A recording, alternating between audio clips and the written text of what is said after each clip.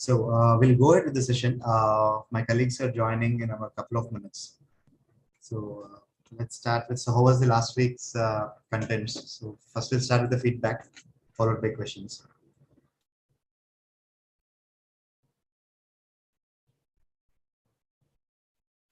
Okay, this is Srinivasan here. Yes. Feedback. Okay, I'll come to the sharper feedback a bit later. I'll take the liberty. But week 3, right? The introduction talks about derived metrics and all that stuff. And in my graded assignment, there is a question on derived metrics, but in the content, I did not see any reference to a derived metric.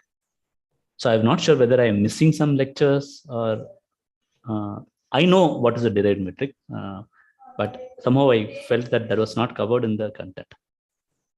So I want to check whether there's something in the playlist that we are missing. Sure. Maybe I'll just check it once and I'll just post it in the discourse, because I do believe that there was one derived metrics lecture, essentially with respect to some ratios calculation in the Excel sheet. I'm not sure if you had the chance to see that video, but I do believe there is one video on that. See, the other reason is that the video list I have the video list for the last term, right? Okay. And it is very different from the current term. Exactly. I guess a lot of changes have happened. Yes. So maybe this video seems to have got missed. Sure, because just a heads up, just don't follow the last term's video series. The reason being, based on the feedback we had received towards the end of the last term, we kind of realign the course structure a bit so that it suits the students' understanding and learning better. So you'll see a lot of differences if you compare the last term's videos and the current term's video structures.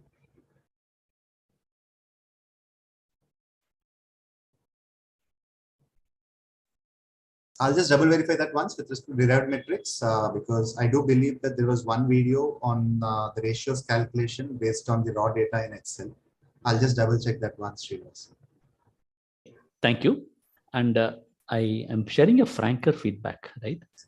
The first week, I saw quite a few questions and Anand also answering quite a few questions. But the discourse, the last few questions, there seems to be no, including my own question on this video playlist, as well as quite a few questions, I don't see much answers from the course team. I wasn't sure whether there is something that we should expect or, this thing. So I thought I'll just share that feedback, but I'll request the course team to look at it, because there are quite a few technical questions also, and we are answering, of course, the students are answering, but it'll be useful if the course team also has a scan. Thanks a lot, Srinivasan, for bringing it up. That's the constructive criticism as a part of the course. We'll be taking it up. I'm sure from this week, at least, definitely we'll be receiving responses. I'll look into that personally. Thanks a lot for bringing it up. Yeah, and Srinivas Dixon here.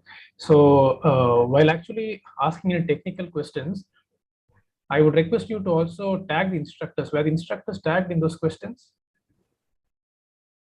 I don't think any of the questions had instructors tagged, but probably if we need to do it, we will do it. Probably. Yeah.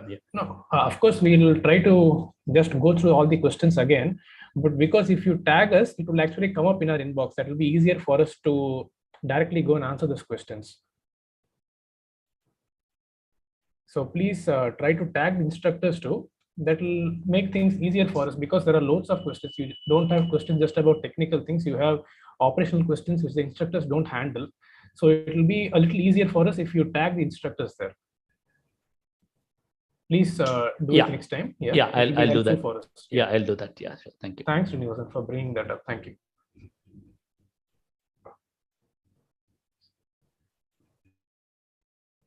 And let me share the other, you're talking about feedback. It's actually been a lot of work. I can see even the change from the previous session to this session. I think every term you're improving it. And this is a vast subject, but I'm quite happy with the content. I would say 3.5 weeks, right? I have not finished 4th week fully, but I'm quite happy with the contents. Obviously, you cannot go deep into that, but just the variety, I think it is giving enough for people who are really interested, I think they can learn a lot from this course. So I'm quite happy with the thing so far.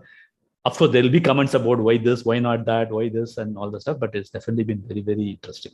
So I didn't know that this course is going to be this interesting. Thanks a lot for that feedback, Srinivasan. Yeah, great to know that, Srinivasan. Yeah. But Srinivasan, I just want to know, like, what is your background? Are you already employed? Are you working? Are you a student? Actually, if I turn on my video, you would know. If you see my discourse ID, it is called Too Old to Learn. So I am I am in my second career. So I was in software, and I'm now I'm doing something else. So I am very different part. So I have actually seen that part. But definitely data science is something I've been very interested in. And already from the first week, I have used some of that. Second week, I have used some of it for my own data gathering. Right, that's already been helpful. So. Oh, great to know that, Srinivasan.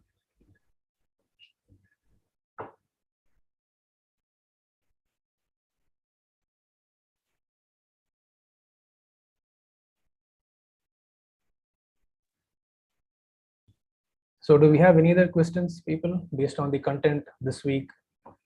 Any feedback, any doubts that you had, that you came across? Yes, sir. I have one doubt that graded assignment, which was the week 2. So just I want you to focus a little bit on that particular area. So can I post this question on the chat box? Yes, please. Yes, please.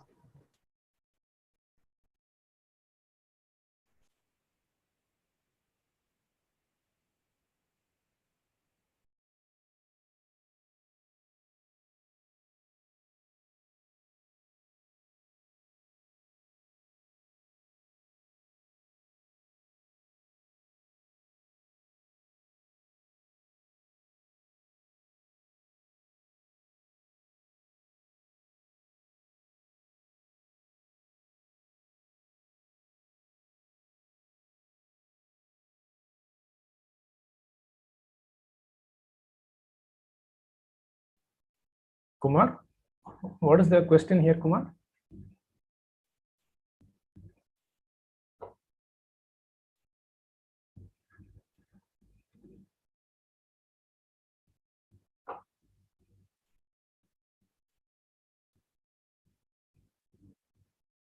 Hello, Kumar, are you there? Yeah. Hello. Yeah, Kumar, Yes. please go ahead. Yeah. Yes. What is the question here? Yeah. The question is there. The which method is the last sentence is the question. Which method is used to see the response in the bytes? So response equal to request dot get URL. So what is the meaning of in what sense they are asking to the byte? So I checked that JSON, but the answer was something else. Okay. So because I used to see the JSON, so it was coming in the something, it's a hexadecimal byte type of thing. So it was showing that this is the particular function, like that function comes in the memory, it was looking. Otherwise, everything was showing content, text, it's coming as the text. So what is the meaning of the byte? So I didn't get that.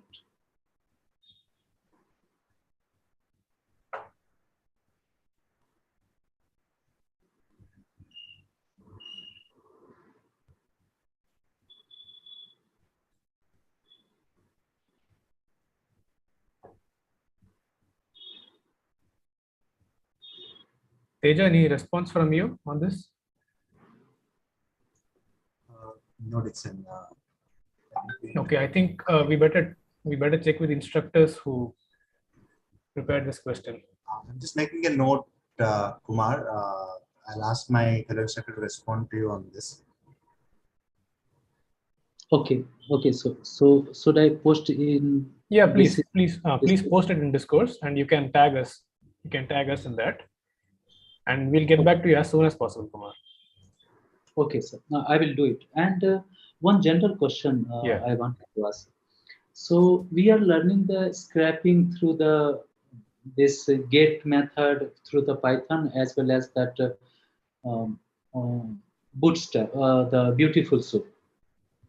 So the thing is, it is scraping something, the data which is there available in the source code, view source. So whatever the things we can see in the view source, that much data I can get it through this method. But nowadays, every website is going to the modern way. So the JavaScript is taking the control over the new coming website, and the time to time, I think after in year, 2 year, or the 5 year, I think the no view source will be available in the most of the websites. So isn't it this scraping method is the dying very soon and going that very old?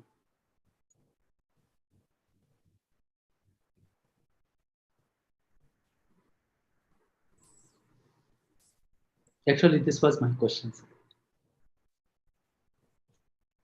Okay, Kumar. So yeah, basically, as you mentioned, yes, there have been much more changes in the web app building, and similarly in automation side as well, we have Selenium where you can do complete automation, and Selenium is also have a package in Python, which is like kindly little advanced because you want to run a Selenium script within a Python. So there are options to do it, but in appropriate terms, there is a kind of standard is being set up.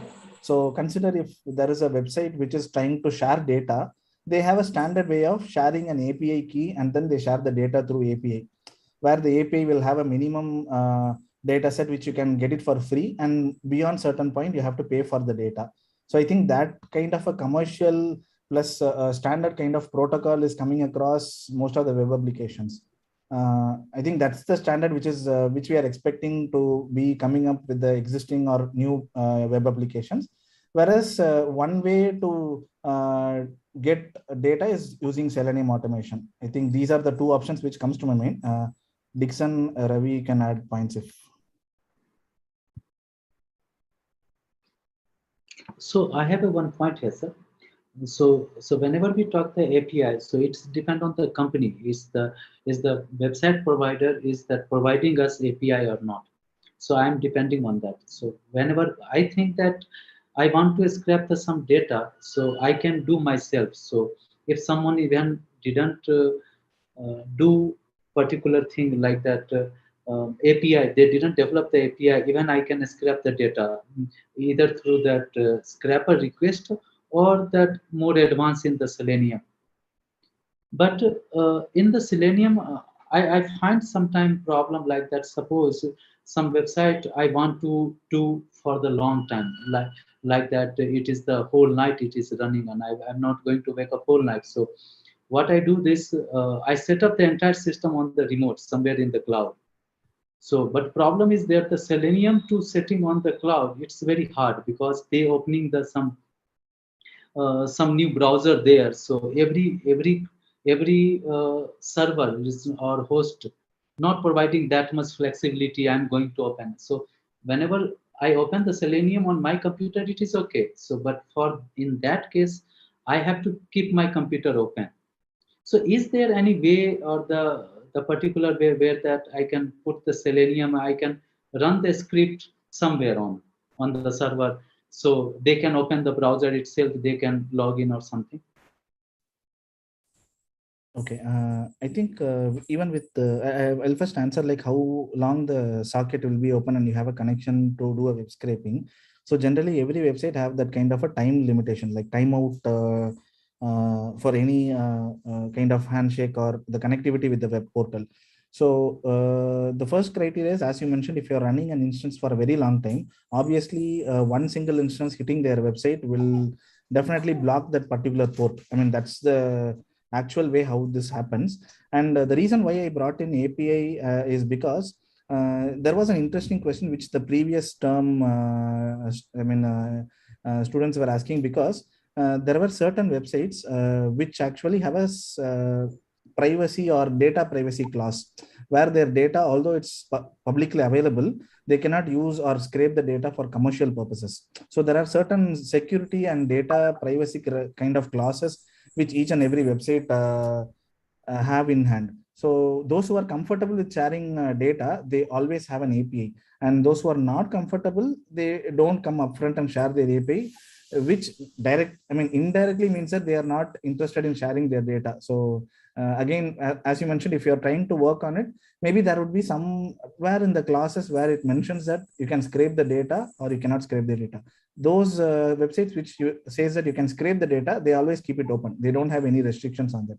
So maybe somewhere we are trying to scrape a data for which you don't have the right access, or they are not interested in sharing their data, although it can be publicly seen. So before that, scraping the data, I have to read the condition, and that, or we can directly apply the scraping, and they will protect from that side. So what is the process? Suppose I want to scrap some XYZ website. So should I go and start scraping, and they will protect himself, or I have to read the term and condition before scraping? Okay. So see, an ideal way, if you are downloading the data, consider scraping. At the end, you are going to get a data set.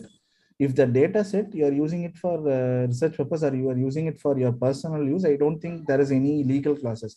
But if you are trying to build an application and that application is using data set from another web app, then you may fall into a kind of legal clause here, where you're using their data set for something which you're taking it as a commercial application, where you are getting paid for what data they have built. So consider there's a company which has built an analysis on top of air quality data. Then you're actually using their data and then building an application. That is illegal. So that is in plain terms. But yeah, web scraping is again a serious business actually. And I think this security classes go and come, and it's like a mile line. There is no very clear cut idea. Maybe Dixon, Ravi, you have any idea on that? Maybe you can share that.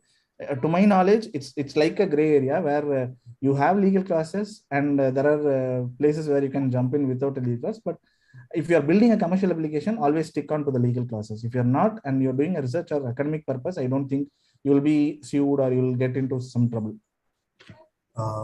Precisely, Prasanna, what you just mentioned. So scraping is still a gray area. As long as it's for research and learning purposes, I don't think it will be a problem. But the moment you're trying to build a commercial application, obviously the legal and compliance rules kick in. So. Yeah, both Prasanna and Teja are right. So as long as you do it for learning purposes or do it for your own causes, there is no problem. But when it goes into a commercial thing, a commercial product, or even if you're trying to write an academic paper, it is always good to cite the source. So you need to actually mention where do you get the data from, what is done. You cannot just leave it things uncited or unreferenced. It is always good to reference things, cite things in terms of academic things. But then when you actually use that as a product and try to generate revenue from that product using other sources, other data, then it might actually be an issue. Okay. So still, if I do for the personal use and the educational purpose, it's okay. Yeah, Kumar, as long as you use it for your personal use, no issues. You can get data from anywhere, you can do it yourselves. But even at times you might go and present, suppose you're planning to do something, scrape some data and then present your output to a gathering, to a group. And when you do that, it is better to cite the sources. Even then it will not be an issue. You can cite the sources and that will not be an issue. But when you make it the product and you start generating revenue from it, then it becomes an issue. Okay, then it's fine. Yeah. And one last question in that, sir. So what happens if sometime data is protected like that? It's need a sign up. So what is the better way to scrap the data? So the best way I would say is to actually get in touch with the people where you want the data from. So that would be the best way to actually get the data, where you will not have any issues, where even the the legal clauses would be taken care of. Get in touch with them, try to see if you can get the data. And if that doesn't work, and if you want it just for your personal users where sign up is required, then you can sign in and scrape the data as and when you want. So that would not be an issue. But the best way would be to actually go and get in touch with the people whom you want the data from. Okay, so I'm talking the personal way I want to myself. So to sign up and scrap the data, it is not possible with the request module, no? With the existing request method, you will not be able to do, but you can use a Selenium automation. Selenium Yes. automation will give that upper hand. Okay, so one problem in find the Selenium. So the old method was there where the username and password was there. It's okay.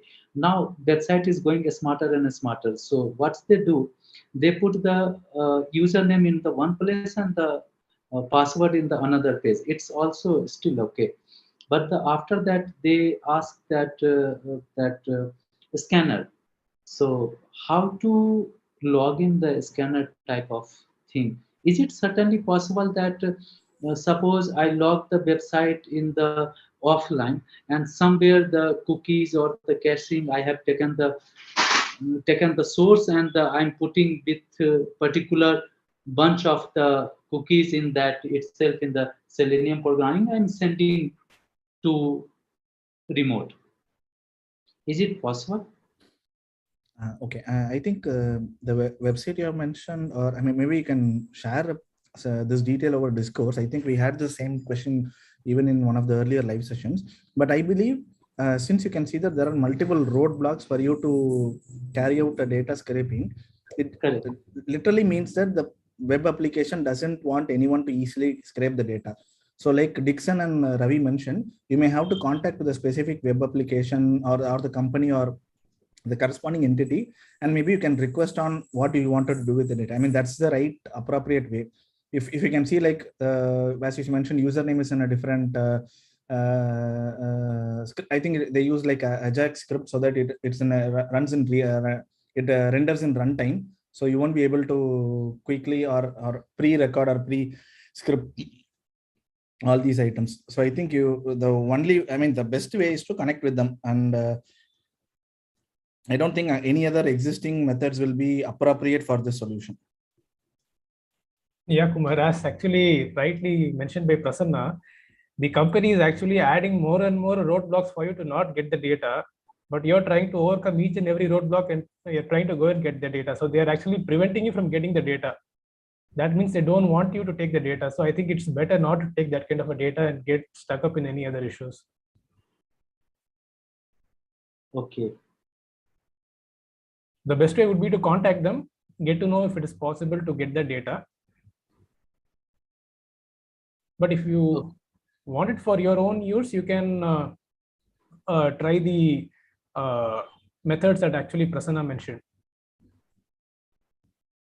Actually, I wanted to understand the technology to scrap that. Okay, so I think you why don't you mention this in a discourse post, and so that we can actually dig into this in detail and give you a much more elaborate answer on that. I think that would be helpful for you, Kumar. Okay, sir. Thank you. Thank you, sir. My all question done. Thank you. Okay, thanks, Kumar. Thank you.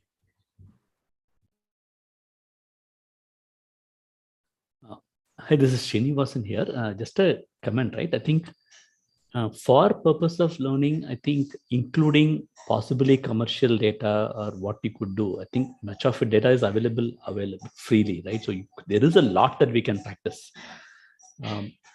And we don't even have to go to data that is produced by a company, which might have some restrictions. Typically, the government data is considered fair use because we pay for that indirectly, right? Can I take that approach? If it is a government site, I can scrape the data for my personal use and should be quite okay, right? Yes, Srinivasan, that was a very good point mentioned. You have lots of data that is freely available. The government data, Indian government has its website, US government has actually very good data, open data that is available. Loads of data is actually available in the internet that you can scrape, or you don't even have to scrape, the data is directly available for you. So on top of that, if you want data that is very specific to your own needs, that is when you actually get into scraping, because you have lots of open data sets available for different sorts of methodologies or algorithms that you might want to use. On top of that, if you don't really have the data that is specific to your own needs, that is when you get into scraping.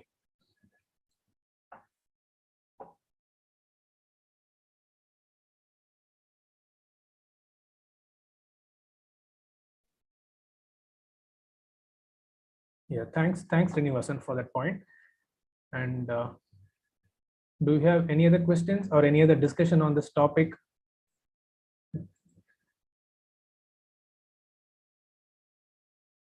Actually, I have a problem with the study material. I'm new to this like computer science stuff, and I want to know how I should approach it.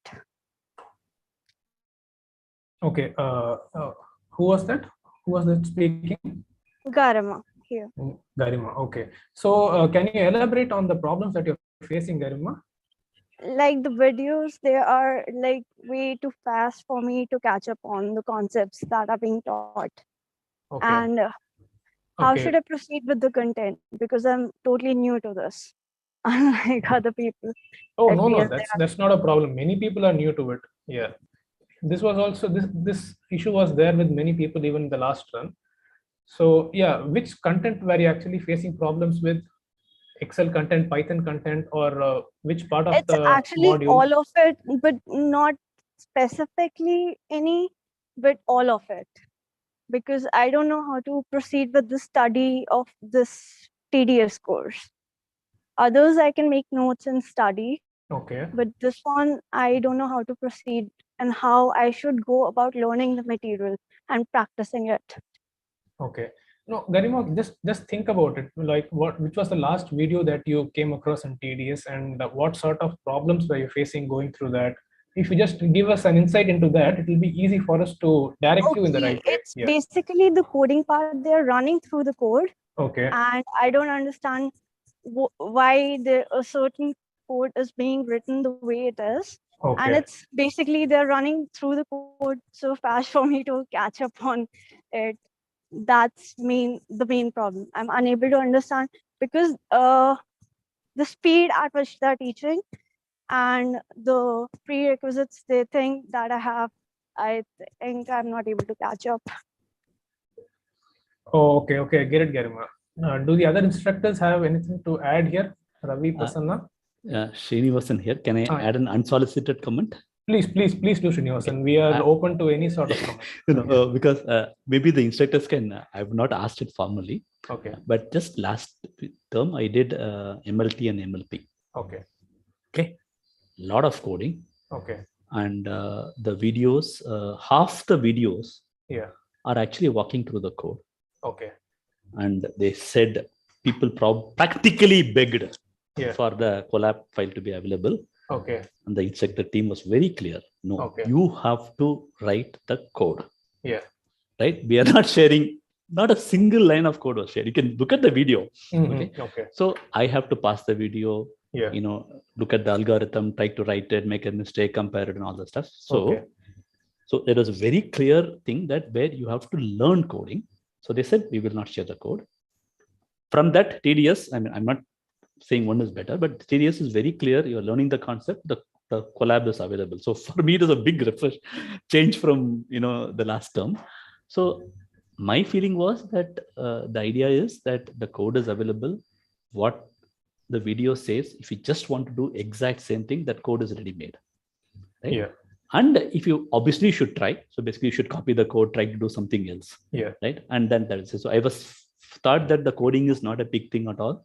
It was more of the concepts here. Did I get my understanding, or was it what the instructors design also? Yes, that's right, Srinivasan. Yeah, the philosophy of this course itself was that. So it is not to teach you to code Python. So Python coding, that is a separate course. That is in Python coding, Python programming, you learn how to code, what a for loop is, when to use a for loop. So all those things are part of the programming course. The objective. I don't have a problem with that, the for loops and the basics of Python, but the commands that are in because I haven't done MLP and MLT right now. I have done MLF, PDSA, and DBMS. So this is a new course style for me. Okay. So have you done your programming course in Python? Yeah, I've done PDSA. Okay. And then you haven't done machine learning course? Any machine learning course? I have done MLF. I've done the basics. Yeah. Okay. I'll be taking MLT and MLP the next term. Okay. In MLF, did you actually get to code using Python? No. You didn't get to code using it. Was Yeah. purely theoretical, is it? Yeah, Can I, sorry, I know, thought I'll keep it, but let me, Garima. No, please go ahead, Srinivasan, please. So, okay, let me clarify. In MLT and MLP, or MLT particularly, right? This is actually the same algorithms that you use, but they said you have to learn the algorithm thoroughly. The way you do it is by writing code.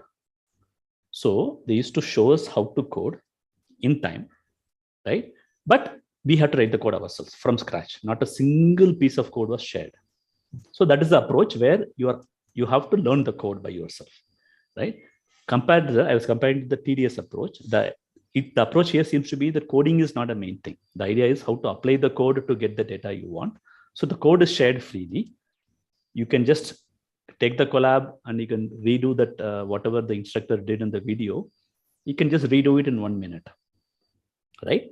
Next step is you make some changes and all the stuff. That seemed reasonably simple. So I was basically thinking I have to understand, how beautiful shape or any of these things work, get the concepts and scrapping. So this seems to be more of a practical course where you dirty your hands with the code that is already available and do it. So not knowing coding was not an issue. I mean, doesn't seem to be an issue for this course. That was my understanding. Maybe definitely I can understand where Garima is coming from, but I felt that may not be an issue at all. I guess the instructors actually want you to look at the code, copy the code, and then start from there. Okay, that was exactly what I was asking. I was asking how I should proceed with it. Like you're giving the suggestion of how I should proceed with it. That was exactly what I was asking. And what more study strategies can I use to get most out of this course? Then mine is only an informal thing. I will let the instructors answer that question. Yeah, that was a very good answer, Srinivasan. So that's the thing, as Srinivasan mentioned, you have the code available with you. Run the code line by line, see what each line does. And on top of that, we have also given you reference materials. Suppose if you don't know what the pandas library is or how do you use the pandas library, we also have reference materials for each and every video that you have, every library that you use. So please go to that specific link and practice that. The best way to learn this is only to practice it a lot. You'll have to practice it a lot until and unless it actually comes freely to you. So the more you practice, the more it will be easier for you, Garima. All right. I'll do that. Thank you. Teja, Prasanna, you have anything else to add here? Just to add to what Dixon had just stated, again, the objective of this course was actually not coding at all. I mean, especially from the practical experience I'm speaking. So once you finish your degrees and go to a job, assuming, Garima, I'm assuming that you're a fresher. Sorry if I'm wrong. The moment the problem is thrown at you in the work culture, you kind of, either if you know it, you solve it straight away, or you start your treasure hunt. So this course was exactly designed that way, where literally in each of the data science topics we have, we just wanted to give a flavor on at least the starting point. I mean, let's say starting with Excel all the way to dealing with images in data science. We just gave the pathways or the entry points. At least, after this course is done, you will know where to start with when a problem in this area is thrown at you. That was the whole objective of this course. In fact, most of the questions also, the way we designed was the student can either use Python or Excel or any tool of his choice, or even he can pick randomly if that's the right answer.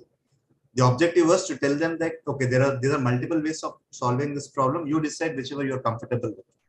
That was the objective of this course. And that's the reason why the entire collab notebooks which we had created, starting from the data sets, everything was shared. And in fact, most of the, Dixon, please correct me, I believe a couple of our exams are open book as well. Yeah, Teja, that's right. The midterm exam, that is open book. That's exactly the reason, because the projects are open book. Yeah, we are more interested in how you are able to solve the problem when all the resources are at your disposal, because that's the expectation. Is once you get a job, I don't think you'll be asking or you'll be having a closed book exam where you have to solve a problem. You have all the resources which are available to you to kind of solve the problem. That's the objective. Hopefully that objective will drive the learning phase in a much easier way. I get it. Get your hands dirty. That's it, basically. I didn't know how to proceed with this course because I have done basically the other courses till now, and those didn't follow this pattern. So this is a new pattern to me. I'll do my best. Thank you.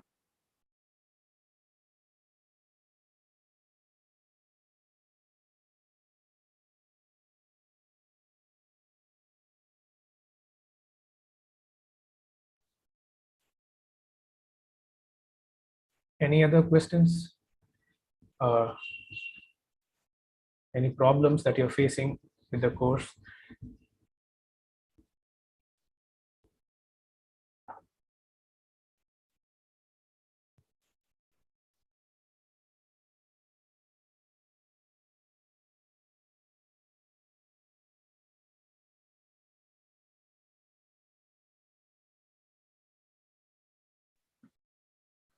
Hi. Hello. Am I audible? Hello, yeah, Yanisha. Yeah, please go ahead. Yeah, so I had one thing. I mean, we are doing something in Google Colab, but usually, it will be either in your own Jupyter notebook and things like that.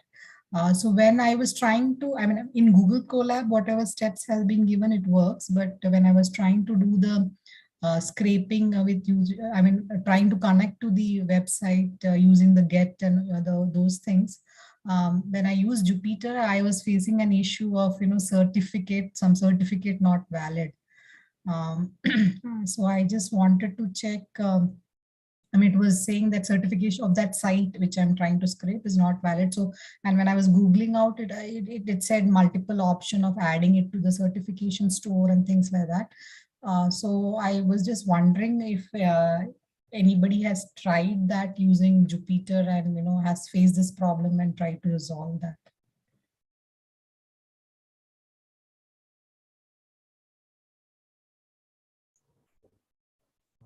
To start to answer the question, maybe if you could share the screenshot with the error and post it in Discourse, right? Yeah. If one of our instructors can definitely help you out there. Just Okay, sure. tag any one of us, so we'll ensure that the right person answer for you there. Okay, sure. And another question I had is, I was trying to do this scraping, but like when this, like Kumar said, like some of the sites do not have the HTML thing. Because if you use, if they use Angular and all, you don't get those things. That was one issue. Second thing, what is like if there are like some sites use those tokens and you have to do a post instead of get.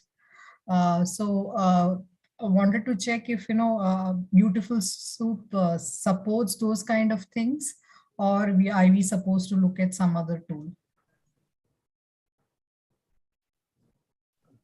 Nisha, so to answer the first question, where you mentioned that there was an error with a certificate, Right. there are two options which can happen. One is for this, you might have tried with the request library, correct? Yes. Yeah, with requests, there is for certain websites, you may need to have headers added to it. Headers as in headers will request on what kind of request client you are using. So there are certain websites allow browser types like Mozilla Firefox or Chrome as a user client. And if there are certain, like even Postman has its own client. So there are different clients, and some requests like get request will need a mandate of sending what header you are trying to do, and maybe the user client, you can try that option. That is one. Or there is one more option where you can actually download the certificate from that website itself and validate it. There are, you can actually Google it directly. It's like you open, you can do it both in Mozilla Firefox and Chrome. Directly open the website, and in the website there will be something called the secure blocked, so which is like difference between HTTPS and HTTP. So there are like list of items which you can do. So like Ravi mentioned, if you post it in Discourse, maybe we can check through each and every option and try to figure out what problem it is. Sure, I'll do that. Yeah. Yeah, the header part, I'll also check that, and then I will see. But the thing is, whenever I Googled for that error, they were like, I mean, there was like a lot of complicated step of adding it to the cert.pk and stuff like that. It was not very simple step. So I just was wondering if, you know, there is something simpler which can be done, because a lot of people would have tried to do this, not with Google Colab, but normal Jupyter Python thing also. Yeah, understood. Yeah, maybe yeah, we can try with the header, and meanwhile you can post it in Discourse where we can do it step by step. Maybe it might work out with adding the header parameters, or maybe if that is not the case, then we may have to look at what other options are available. So it will be easy to evaluate as well, step by step, on what works and what doesn't work. Yeah, sure. Yeah, so so any input on my second question, that the post part of it, or the token which it uses? Okay, this is very similar to what Kumar was mentioning, where if it is, I mean, if it requires a, username and password, and actually even not a username and password, but still you are not able to identify what are the elements within that HTML page, then probably it uses Ajax or a little higher level of real-time rendering. So to get a background on web scraping, generally the sites which we can actually do a web scraping is where the rendering happens in the client side, like in our web browser, so that the data gets fetched from the server and then the entire data is published in and rendered in our web browser. So those data definitely you can take. But when you mentioned there is a token version, if there is a token version, then there will be a timeout for that specific token. And if the timeout is, we cross the timeout, then obviously we will lose the connection with the server which sends the data. That is called the real-time rendering. In case of real-time rendering, as you mentioned, it's not easily possible to do a web scraping. And whatever we mentioned to Kumar will be an appropriate option where you directly contact them, or is there an API to have where the API key can be used. So there are like other steps and methods which we can try out. Is there a, I mean, if this is a specific question on a specific website, I would recommend again to post it in Discourse so that we can actually try and figure out why, if it is an issue with the real-time rendering. What I was trying to do was internal. I mean, internal. We had our internal site, and from there I was just trying to see if I could download the data. Yeah, but that needed a user ID and things like that. But so then I was lost. I mean, I was not able to do it. Okay, so there are a couple of things with internal ID. There might be something to do with virtual private cloud, like whether you are within the subnet of, if the website is accessible across the World Wide Web, like you can type it out from any network, then it should be the second case where you say like either a token or a real-time rendering. But if that is not even possible, and there are certain websites which are accessed only within that virtual private cloud. So if that is the case, then you might have to log in into the virtual private cloud. And even if you write a script, you should know that where that script runs from. So if you take a collab runs from a different instance. So it's altogether a different machine in a different cloud that is trying to interact with the website, which is within your internal cloud. So that might be a problem, which I assume. So usually in that case, you're saying Selenium is the option? Let's come to the case which you mentioned where you have an internal website. If that is an internal website, the scraping script should actually be within that internal cloud, internal virtual private cloud. So consider there is a web application which is hosted within the company's network or within your academic network. Like consider if there's a university, right? The university has an application from which you are trying to enroll or scrape the marks. In that case, it would either ask a username and a password through which you can log in and you see the data, or you should need to be connected within the campus network, which is like within the campus where they all have a shared subnet. So these are the two ways by which you can access. Either you need a username password to go from anywhere outside the system, or you should be within the system. Now, if you're writing a script to run, the ideal way is your script should be within the system. So you're trying to, you have to build a script and run the script while connected to that network. Okay. When we say collab actually is a free cloud service, which is an instance outside your network. So that might be a reason why it's not able to scrape the data. No, I tried with the local Jupyter instance also. Okay. Okay, still, yeah. So because, as I said, user ID password is required. So I was not able to figure out how to pass that out. Okay. Okay. So in that case, I mean, what is recommended in such scenario? In such cases, Selenium automation is the ideal way where you can proceed. Selenium automation can do any kind of automation. Like if you wanted the to click a particular pixel in the screen, you can still use Selenium. Or if you wanted to do a script, like if this is a username and password, you can actually write a script so that it opens a login page, writes a username and password, and then logs in into the page. Post that, you can have a web scraping script where you use requests. So any post request cannot be done by the normal ways when using the request and get all those. It cannot be other. Okay, there is one way. If again back to the headers where I mentioned, there is along with the user client, there is also a placeholder for username and password. But it depends upon the web applications format in which it's built. There are certain web applications where these username and password the user credentials can be shared as a header when we do a post or get request. Right. Okay, yeah. So wherever maybe it's a header, then we can set it as a key value pair and then send it. Exactly. And in case if you have doubt, you can also use some other thin clients, like Postman is one client where you can test the get request and post request, or there are multiple clients. If you are using a VS Code, there is again a client. So it's as we mentioned, Python is not the only source to actually fetch the data. You can have multiple tools. So you can try with different tools if you find that interface is better for you. So just note on that if you want to troubleshoot. And if you see some other, rather than you yourself scripting and having the entire system set up, if you have worked with Postman and Postman works fine, you can still try with Postman. Okay. Yeah, I will. Postman I worked, so yeah, I can look into that. Yeah. Okay. Can I say here something?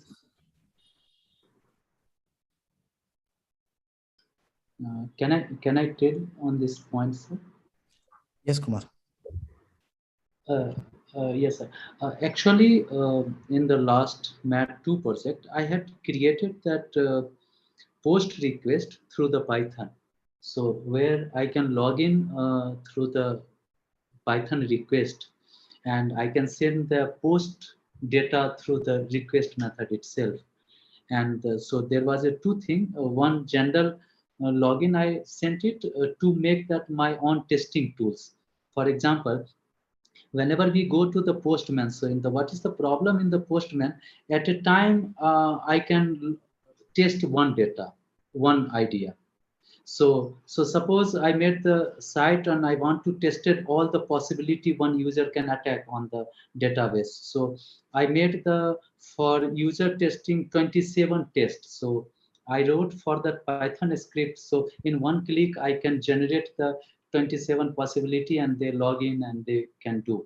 So one was there, and another that through the token also. So we can send the one username and password, and there we receive the token, and next time we send the token to the client. So the same way happen in the view also. We use the Ajax, that Axios, or that or fetch.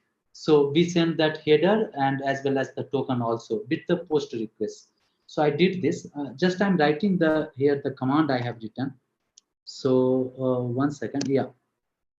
So this is the command I used, how I'm sending the username, email, as well as that password. So this is the one of the command, and another I used for the token. So that's I used, but I didn't scrap the data after logging it, but I just sent the password, I logged in, and moment I took the token back. So this method I used to log in through the request method.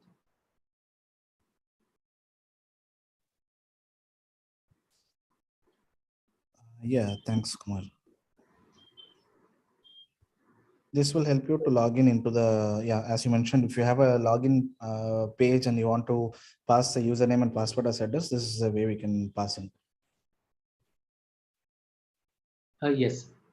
So this is the way I generate that the login and yes, to general way. And one more script I made that where I am sending you other way to the login. This is the way. This is the another response I made that where I'm sending the token. So on the top, I wrote where that I need a username and password, but the bottom, I made the script when the website used the token. And so, yes, or token, yes. And sometime a response come like that, register. So so that was the login. And the third script I made that how this is the register. So this three method is there, then mostly all type of the website we can log in and enter. So since I made myself, so the problem is here. So the website was also mine. So I know that what the key value pair I'm sending. So if you try to use that some other website, then you have to go in the inspect element. You have to find that the post, because the one moment you sending the post request, then you must have to know that what the key they accepting on the post side. So that is the important. So that key you have to find in the with the input or whatever. So here, like that JSON data I'm sending, the name was the user for and email was that. So my key was that name. So in some website that key is the different. So I have to find that key as well as the something name. So this three method is the all the possibility we can find that. The bottom one is for registration, and the second bottom is for the to login with the token, which is the accept token. Like that in my Mat2 project, there was a through the view. I'm login, and the front end and the back end is the two different servers. So to talk with the front end and back end, when to the talking with the two different servers, so there is only one way to send the token, and so request even to log in and register. So if we are using the JavaScript, then you can use the either fetch or the Axios. I use the Axios because it's somewhat likely to the Python, and for testing purpose. So when the site grow more and the manually, it is very hard to test. So it's better to simultaneously. I was written 87 test in the Python itself myself, so I can test that is that any bug is there, no, after modification. And here that the post method is Kumar, just a minute. Sorry to interrupt you here. Yes. Just sorry to interrupt you here. But thank you for those very important points. But since we're running out of time, let's see if we have any other questions. Sure. Please do post any other queries if you have in Discourse, Kumar. Please do post it. But sorry to interrupt you here. Do we have any other questions? So we had some very detailed discussions about web scraping, and it went into using username and passwords and get and post. So all those who are new to it, please don't get intimidated. So that was very detailed discussion. You will not be tested in terms of such detailed things in web scraping. So please don't get scared or intimidated by that. So if we do have any other questions, any doubts, any questions? So listen, just a heads up. Just tag the instructors in the discourse questions, guys, so that I assure you that after this week, the discourse will be more active from our end as well. Yes, and even if you feel you weren't able to ask the required question, you can ask any sort of questions that you want. If you find any content difficult, if you need some more additional references for a particular content, please feel free to share your problems or your concerns in Discourse, we will try to get back to you as soon as possible. If you're not able to share your questions here, please share those questions on Discourse and we'll try to get back to you. I think there are no more questions. Shall we close the session, Teja? Prasanna? Yes, Dixon. Okay. Yes, Dixon. Yeah. Okay. Thank you, everyone. Thank you for joining in today. Hope some of you got your doubts cleared. And even if you didn't get your doubts cleared, please post them on Discourse. Be active on Discourse. And we'll see you next week. Thank you all. Yeah, thank you all. Thank you, instructors, for that time. Have a great weekend. Bye. Thank you. Thank you, sir. Thanks, everyone. Good night. Have a great weekend.